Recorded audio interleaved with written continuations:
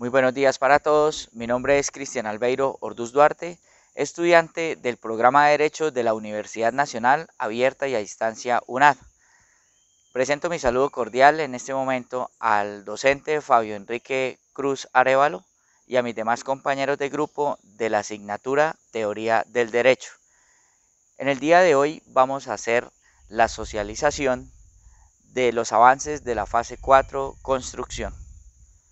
Para iniciar con este ejercicio, lo primero que vamos a realizar es un análisis sobre la lectura denominada Introducción al Estado Latinoamericano en su laberinto, de los autores David Almond y Juan Pablo Luna. Lo que estos autores manifiestan dentro de este trabajo realizado en el año 2015 es la evolución o la síntesis de la evolución de los diferentes estados en Latinoamérica.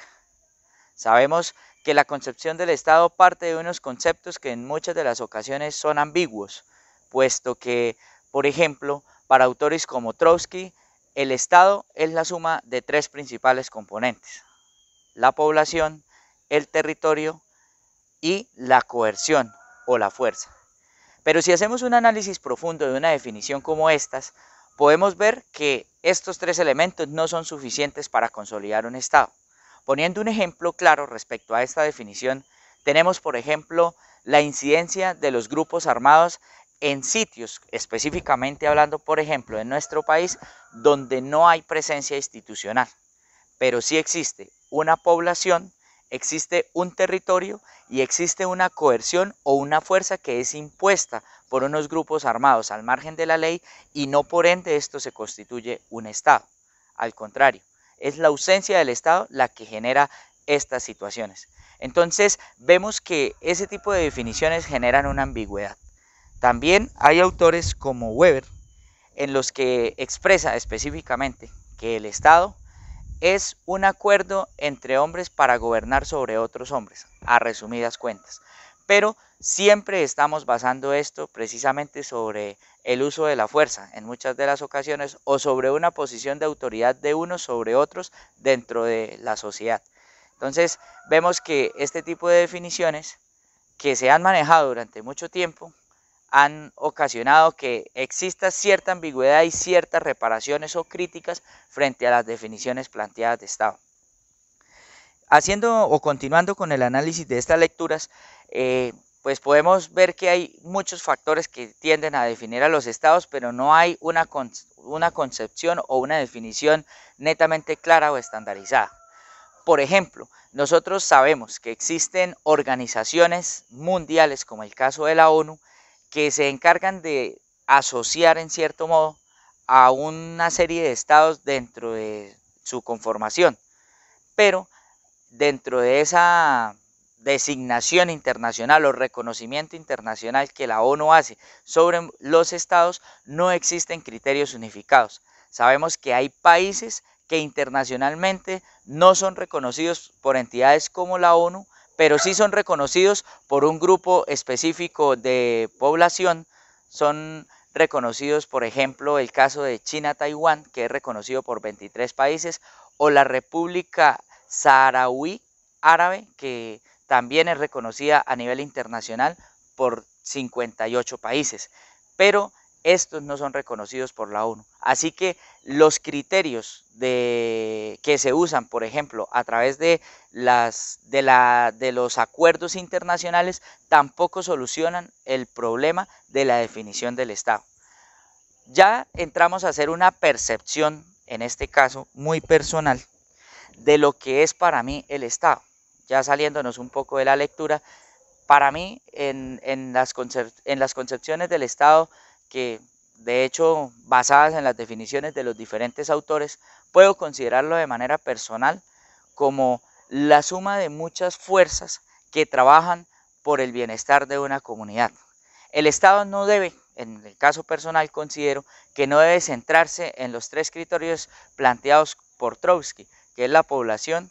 que es la fuerza y que es el territorio, sino que debe ir mucho más allá, porque dentro del desarrollo de un Estado, dentro de la conformación del Estado, como territorio existen una serie de necesidades básicas para atender a esa población. No estoy diciendo que no sea correcta la definición de Trotsky, sino que le falta de pronto mucha más amplitud. Considero que el Estado debe ser parte de la solución de los problemas de una sociedad y debe procurar siempre por el bienestar de toda una sociedad a partir de la administración tanto de unos recursos públicos que implican dentro de esa administración de los recursos públicos proveer los servicios y los bienes para lograr el bienestar de la comunidad y aparte de eso poder ofrecer a través de la fuerza en cierto modo la seguridad y un ambiente digamos que sea armonioso para la convivencia dentro de la sociedad. Vienen muchos temas entre las definiciones del uso de la fuerza, pero lo que nosotros o lo que personalmente yo considero es que ese uso de la fuerza debe centrarse principalmente en los temas de administración de la justicia en cierto modo y mantener la convivencia y la seguridad en los territorios sin afectar obviamente la paz y sin afectar de pronto la tranquilidad de las personas que en el estado habitan. Entonces, o en el territorio habitan, perdón. Entonces, en esa definición personal que tengo de Estado, considero que debe ser la suma de estos tres elementos que menciona Trotsky, pero también la suma de estructuras, entidades u organizaciones que velen por la prestación de los bienes y servicios para mantener en un estado de bienestar a toda su comunidad, donde existan también una serie de derechos que ya nosotros los tenemos consignados dentro de nuestra Constitución Política, en el título 2 donde tenemos una serie de derechos fundamentales y a través de toda la Carta Magna y con la normativa y jurisprudencia existente en nuestro país, pues sabemos que tenemos garantizados como estados muchos de esos derechos. ¿Cuáles son los retos? Precisamente para los estados, poder cumplir a cabalidad con el desarrollo o ejecución de todo lo consignado en la Constitución Política, garantizando siempre el bienestar de todos. Ya en esta tercera parte del video lo que queremos plantear son como los retos que en la actualidad van a tener los estados para poder funcionar de una manera normal cuando nosotros estamos enfrentados a situaciones como la globalización. Dentro de los retos que tenemos, he identificado principalmente, por ejemplo, el superar las desigualdades y la pobreza, la exclusión social. Son problemáticas globales, son problemáticas que afectan a gran parte de nuestra sociedad y son problemáticas en las que debemos trabajar de manera interna a través de la construcción de políticas públicas para poder superar esos índices de pobreza, desigualdad y exclusión social, pero que también deben tener una reacción en cadena a nivel global. Sabemos en el contexto de nuestra realidad, por ejemplo, que los tratos frente a algunas poblaciones son muy diferentes en lo referente, por ejemplo, a los conflictos. Para nadie es un secreto que en los últimos 2 años se han vivido 2 grandes conflictos a nivel mundial, como es el caso Rusia versus Ucrania y el caso Israel y Palestina. Y en muchas de las ocasiones, analizando las posiciones de las diferentes poblaciones, analizando la opinión personal de muchas de las personas que a través de redes sociales manifiestan de pronto su pensamiento de manera libre, no estamos dando un trato de igualdad tanto a unos como a otros. Y estamos siendo de pronto un poco exclusivos para poder emitir nuestras opiniones frente a este tipo de conflictos y no estamos garantizando la vida como un derecho para todos por igual. Entonces, ese trabajo debe ser fuerte para lograr romper esas barreras de desigualdad y de exclusión en nuestro mundo, porque ya no vamos a hablar solamente de nuestro territorio, vamos a hablarlo de manera global. Otro de los retos grandes es la protección medioambiental. Y es un reto que nos debe involucrar a todos desde los pequeños pasos, digamos, desde la medida de nuestro entorno en la que podamos contribuir con pequeñas acciones para realizar esa protección medioambiental y esa lucha contra el cambio climático nos va a permitir como sociedad pues subsistir, porque ya se trata de un tema de supervivencia. Nos hemos dado cuenta las consecuencias desastrosas que ha tenido el cambio climático en las últimas 2 décadas, los cambios de clima abruptos, las situaciones de fenómenos naturales que afectan a grandes poblaciones en todo en toda el área de los diferentes continentes de nuestro mundo y no estamos haciendo las cosas bien. A nivel global ya se han generado herramientas como por ejemplo el Acuerdo de París del 2016 para la lucha contra el cambio climático y protección del medio ambiente, pero a pesar de tener unas medidas y una agenda definida hasta el año 2030, esta no ha sido lo suficientemente clara. Existen líderes mundiales que quieren trabajar de verdad por la lucha contra este cambio climático y muchas veces no son tenidos o no son tomados en serio ni siquiera por la población de su propio país. Pero es una exhortación a que como globalidad las sociedades y los diferentes gobiernos empiecen a tomar la conciencia necesaria y a tomar las acciones correctivas que permitan que nosotros podamos desacelerar ese cambio climático y poder estabilizar y poder garantizar la subsistencia de futuras generaciones y empezar a trabajar seriamente en las transformaciones o en las transiciones energéticas que son tan necesarias para combatir este cambio climático y mantener precisamente un medio ambiente que nos permita avanzar en el tiempo sin ningún problema. Eso también va acompañado de otro de los factores importantes dentro de lo que yo considero son los retos de la globalidad, que es la regulación de la economía globalizada. Pues sabemos que el desarrollo económico y en cierto modo la generación de una industria desmesurada es lo que ha ocasionado precisamente las afectaciones medioambientales que nos están llevando a la crisis climática. No estamos diciendo en este caso que se deba dejar de generar industria, solo que hay que empezar a hacer transformación de los procesos para hacerlos mucho más sostenibles desde lo ambiental. Eso es muy importante. También considero que hay que fortalecer las capacidades institucionales de los gobiernos. Hay que enseñar a los pueblos a administrar sus recursos, hay que enseñar a la misma población y al común de la importancia que tienen dentro de la construcción de las políticas públicas, dentro de la construcción de la misma sociedad.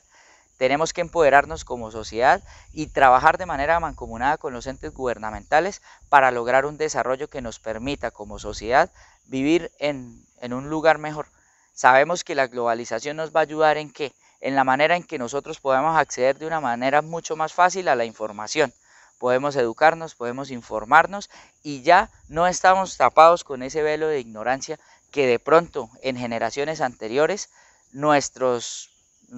padres o nuestros abuelos se veían enfrentados. Hoy nosotros como sociedad ya tenemos una herramienta muy importante en nuestras manos que nos la ha regalado la globalización y es el acceso a la información. Solo que hay que utilizarlo de una manera correcta.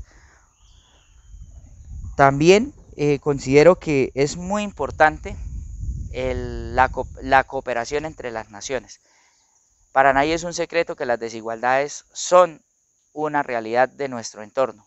pero también es cierto que debemos gestar esas alianzas entre los países con menor desarrollo, con los países más desarrollados y lograr trabajos de inversión social, lograr trabajos de cooperación que nos permitan de una u otra forma hacer un relacionamiento en distintos sentidos que nos ayude a desarrollarnos más como sociedad. Conozco muchos casos de éxito de manera personal con entidades de cooperación que en municipios como en el que yo resido, que es Ragomballa, norte de Santander,